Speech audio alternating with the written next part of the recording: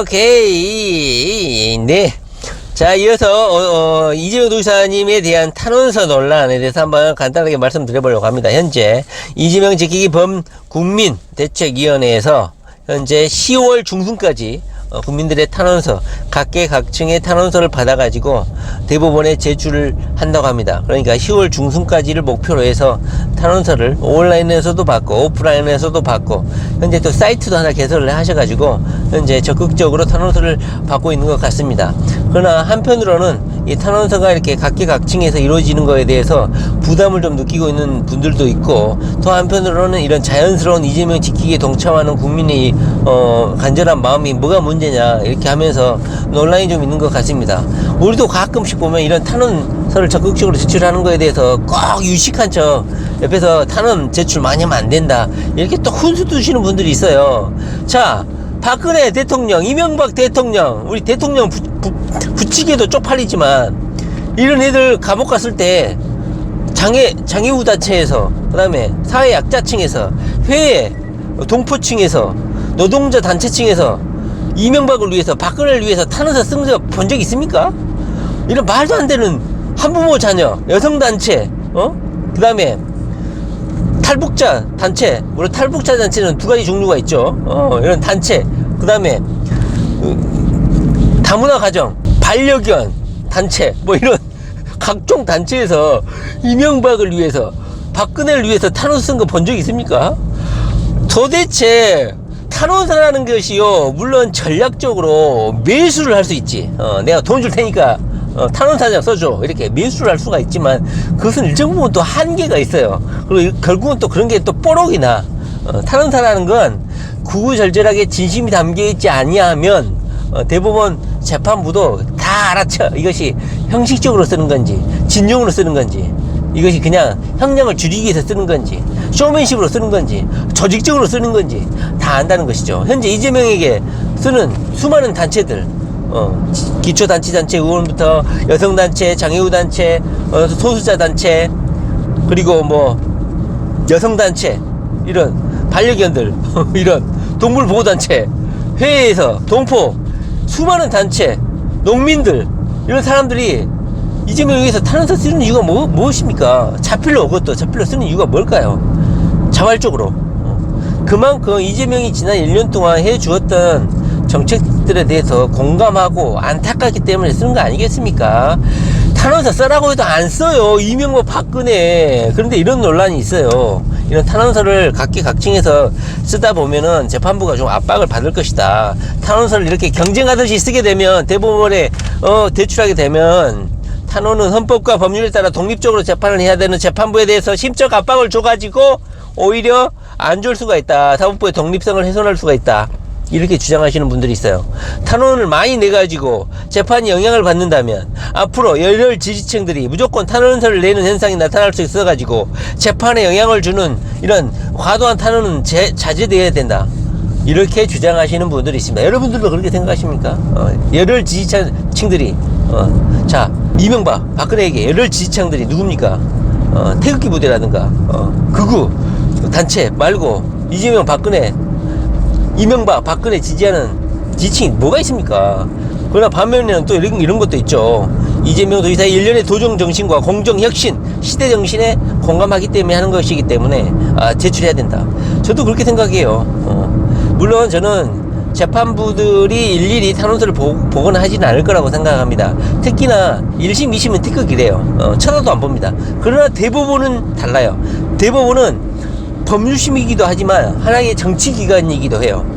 사회 통합이라든가 국민의 여론에 심각하게 영향을 받는 것이 대법원이고 헌법재판소죠. 그러다 보니까 대법원이 아마 이런 국민들의 여론, 국민들의 탄원, 이런 것을 결코 무시할 수 없을 것이다. 그리고 이 탄원서를 제출하는 지방자치단체라든가 단체, 조직, 이런 단체들이 진정으로 노동자 단체라든가 여성단체라든가 이재명 지사의 정책과 정책 추진에 대해서 동의하고 공감하는 그런 단체들이 자필로 진심을 담아서 쓴 것이기 때문에 재판부에 충분히 좋은 영향을 미칠 것이다. 저는 그렇게 생각합니다. 심지어는 어제 오산 시장님이죠. 기초지방자치단체장 중에 대표죠. 대표가 하루 시간 내가지고 오산에서 서초 대법원까지 지하철 타고 왔는지 버스를 타고 왔는지 승용차를 타고 왔는지는 모르겠지만 대법원까지 직접 와가지고 탄원서를 제출하셨어요.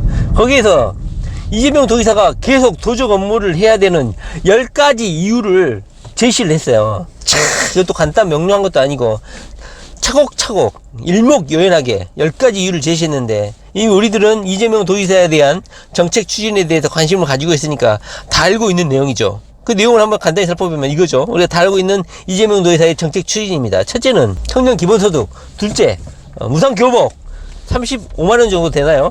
경기도에 다니는 중고등학생들 교복 무상 지원 받고 있죠. 무상교복. 그 다음에 세 번째 산후 조리비 지원, 공공산후 조리비 지원을 저도 제 지인이 지금 현재 임신을 해가지고 3개월 정도 출산을 했는데 경기도로부터 산후 조리비 지원을 받고 있고, 산후 조력하는 도와주시는 분 있죠. 그것도 지원을 받고 있다고 합니다. 그 다음에 네 번째로 지역화폐, 경기 지역화폐, 이것이 선풍적인 인기를 끌고 있죠. 그 다음에 다섯 번째 공공부문 건설 원가 공개, 이것은 대한민국의 충격파를 날려준 그런 제도 시행이라고 할 수 있습니다. 현재는 공공부문이지만 대한민국 LH에서 시행하는 그러니까 경기도 도시공사에서만 하는 것뿐만 아니라 대한민국 LH공사에서 하는 모든 공공건설 현장에 이 제도를 적용할 가능성이 커 보입니다. 그리고 각 지역 도시공사들이 있죠.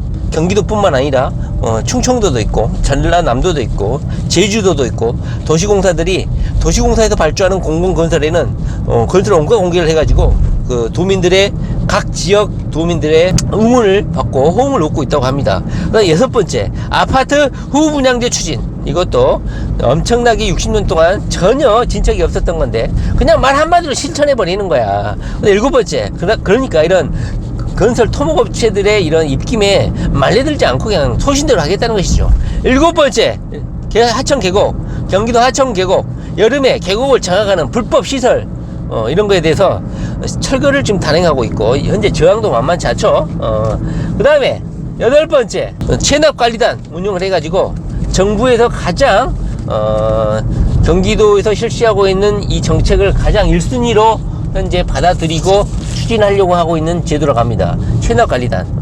체납하고 있는 고액 체납자들을 추적하고, 그리고 실사조사하는 가운데 복지 제도를 제대로 받고 있지 못하는 불우이웃, 차상위 계층들을 발견하면 복지단체에 연결도 해주고 복지 서비스와 연결도 해주고, 그리고 독거노인이라든가 그 다음에 하층민들, 이런 서민들의 보호받지 못하는 복지대책과 연결해주는 이런 일거양득, 일거삼득, 삼득이 이런 제도가 호응을 얻고 있다. 그 다음에 아홉 번째, 의사협회에서 계속 반대하고 있지만 수술실 CCTV, 환자 인권보호, 이런 의료사고 발생했을 때 대리수술, 영업사원이 신고한다든가, 수술하면서 뭐 뻘짓거리 하고 있다든가, 생일 파티를 하고 있다든가, 이런 개짓거리들 다 지금 수술실 CCTV로 추진을 함으로 인해서 도민들의 호응을 강력하게 얻고 있고, 보건복지부에서도 긍정적으로 검토하고 있다고 합니다. 그 다음에 열 번째, 24시간 닥터 헬기가 이국정 교수님의 수건 사업이었죠. 결국은 이루어졌고, 경기도뿐만 아니라 뭐 경상남도도 마찬가지고 다른 지역에서도 이것을 본격적으로 검토를 하고 있고, 보건복지부에서도 이것을 긍정적으로 검토하고 있다고 합니다. 이렇게 이재명 도지사의 10가지 이유를 상세히 적어가지고 어제 오산시장님이 대법원까지 직접 방문해가지고 탄원서를 제출했다고 합니다. 탄원서 제출이 이재명 도지사의 대법원 판결에 긍정적인 효과일까요? 부정적인 효과일까요? 이재명 도지사님은 약간 좀 부담스러워 한다고 해요. 이렇게 탄원서를 각계각층이 제출해 주는 것은 감사하고 고맙겠지만 우리 사법부의 독립성에 대해서 약간 부담을 주지 않느냐 걱정하고 계신 것 같습니다. 그러나 우리 이재명 도지사님이 너무 이렇게 저자대로 나가는 거 보기 좋지 않습니다. 떳떳하게 하십시오. 그냥 떳떳하게 하세요. 도정 업무할 때는 소신 있게 하는데 정치권만 오면 정치 세력 정치권에만 편입이 되면 너무 저자세, 너무 겸손, 너무 나약한 자세로 하니까 지지자들도 뿐만 아니라 예전에 강력한 의지력에 이재명 어디 갔느냐 약간 실망하는 분들도 있잖아요. 자, 이재명 도지사는 자, 불철주야 이재명을 응원했던 많은 지지자들의 간절함이 담겨 있는, 그리고 이국종 교수님의 탄원서도 마찬가지고, 이국종 교수님 탄원서 때문에 지금 이재명 도의사님도 지금 살까 말까 하는 거야. 근데 뭐 부담을 느껴. 그냥 입 다물고 가만히 있어. 이재명 도의사님은 아시겠죠? 자, 오늘은 이재명 도의사님의 탄원서, 각계각층의 탄원서가 도움이 됐느냐? 도움 당연히 된다고 저는 생각합니다. 대법원은 정치 재판을 하는 것이기 때문에 그렇습니다. 만약에 이렇게 각계각층에서 이재명에 대한 열렬한, 그리고 대부분 탄원서를 제출하는 것이 어떤 권력단체라든가 세력이 있는 단체들이 아니잖아요. 전부 다 노동단체, 사회 약자층을 대변하는 단체들 아닙니까? 여성단체, 회동포들, 반려견, 동물보호단체, 뭐 이런 희말택이 하나도 없지만 사회 곳곳에 나약하게 힘없지만 사회 어두운 곳을 지금 불을 비추고 있는 이런 단체들이 지금 탄원서를 제출하고 있는 거 아닙니까? 대법원이 이제 이 부분을 좀 참고를 하지 않을까 싶습니다. 자, 이재명 도지사 좀 소신을 갖고 힘을 내시기 바랍니다. 정치적 소신 끝까지 강력하게 지키세요. 물론 좋은 게 좋은 거지만 너무 나약하게 우리 원팀 하면서 나약한 모습을 좀 이렇게 보여주시지는 않았으면 좋겠다, 이런 생각이 좀 듭니다. 자, 이재명 도지사, 자, 10월 중순까지 이재명 지키기 범국민 대책위원회에서 각계각층의 탄원서 그리고 발기인 서명을 받고 있다고 합니다. 자, 여러분 아직 아니셨다면 자, 링크를 걸 테니까 서명을 하시기 바랍니다. 자, 이재명 도지사 파이팅 파이어.